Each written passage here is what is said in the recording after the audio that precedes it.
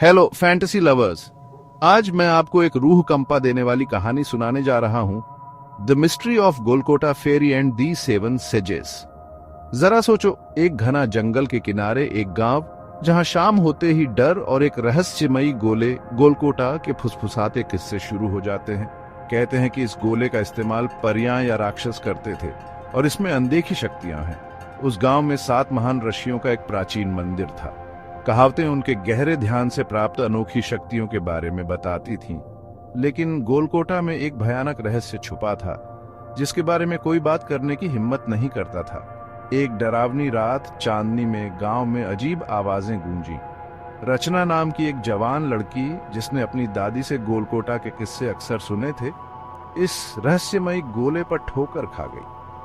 हालांकि वह जानती थी कि इससे भयानक घटनाएं हो सकती हैं, फिर भी उसकी उत्सुकता उस पर हावी हो गई। जैसे ही रचना ने गोलकोटा को छुआ, एक भयानक दृश्य सामने आया। काले बादलों ने आसमान को ढक लिया और गोले से एक भयावह आवाज आई। रचना की नजर धुंधली हो गई और वह गिर पड़ी।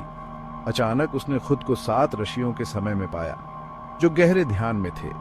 उन्होंने अपनी आंखें खोली और कहा, तुमने गोलकोटा को छुआ है, अब तुम्हें इसकी शक्ति का सामना करना होगा।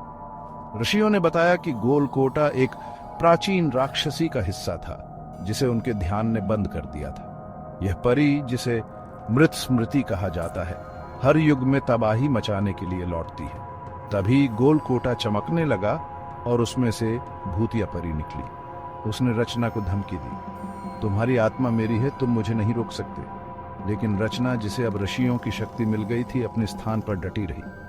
उसने गोलकोटा को सही जगह पर वापस रख दिया और ऋषियों के आशीर्वाद ने परी को कमजोर कर दिया।